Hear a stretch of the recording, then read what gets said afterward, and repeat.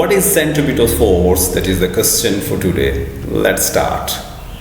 Let's see the definition first. According to one of the definition, a force needed to bend the normally straight path of an object into a circular path is known as centripetal force. Just like this man, he is pulling a ball into a circular path. The required centripetal force is provided by the string. In simple words, this is a force required to move an object into a circular path of a particular radius. This force is represented by Fc and is measured in Newton. Let's see some examples.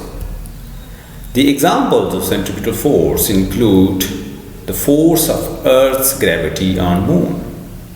Number 2, driving around a circular path. Number 3, banked turn of an aircraft. And children's swing or merry-go-round. Let's see its equation. Mathematically, the centripetal force is expressed as Fc is equal to mv square over r. Here m is the mass, v is the velocity of the object, and r is the radius of the circle in which it is moving.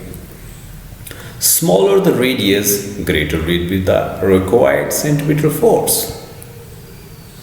Let's see another example.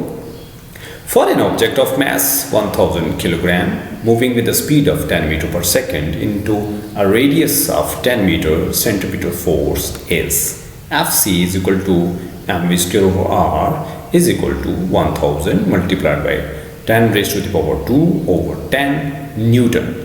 It comes out 10,000 Newton. That means a force of 10,000 Newton is required to turn a car of 1000 kg in a circle of radius 10 meter with a speed of 10 meter per second. Centripetal acceleration. The acceleration produced by the centripetal force is called centripetal acceleration. It is represented by AC and measured in meter per second square. Mathematically, it is expressed as AC is equal to V square over R, where V is the speed and R is the radius of the circle.